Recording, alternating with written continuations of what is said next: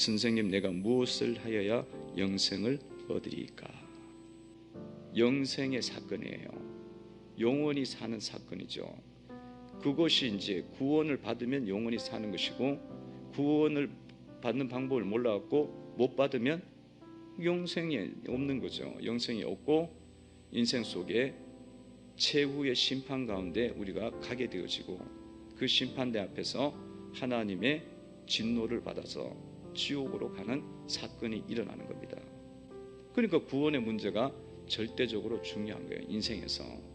이 질문은 계속 던져야 되고, 이 질문에 대한 답을 우리가 계속 봐야 되는 거예요. 확인을 해야 되는 거죠. 구원은요, 어떻게 받느냐 하면 예수님을 믿음으로 구원을 받습니다.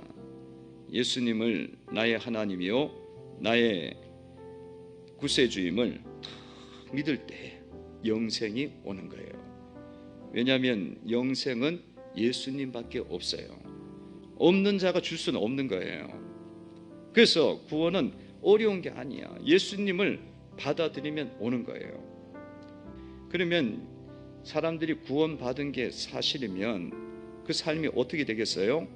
당연히 구원받은 자의 삶으로 거룩한 쪽으로 가게 돼 있어요.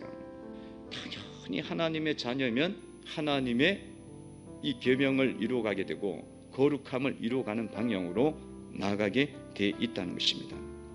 영생을 누리는 것은 말씀을 지킬 때에 살게 되고 누리게 되는 거예요. 어떤 말씀을 지키라는 거예요? 하나님 사랑, 하나님을 사랑하고 이웃을 사랑하라. 그러니까 이를 행하면 영생을 누리게 될 것이다. 그 하나님 어떻게 사랑하느냐? 그 계명에 따르면 마음을 다하고 목숨을 다하고 힘을 다하여 뜻을 다해서 하나님 사랑하라는 거예요. 이웃 사랑은 사마리아인처럼 하시면 됩니다. 사랑은요, 희생이 있어야 됩니다. 예수님이 십자가에서 이런 사랑을 하신 거예요. 이와 같이 여러분들이 주님의 십자가를 생각하고 여러분 살아가게 될 때에 정말 영생을 누리게 되어지고 여러분 삶에 부활의 영광이 오게 됩니다.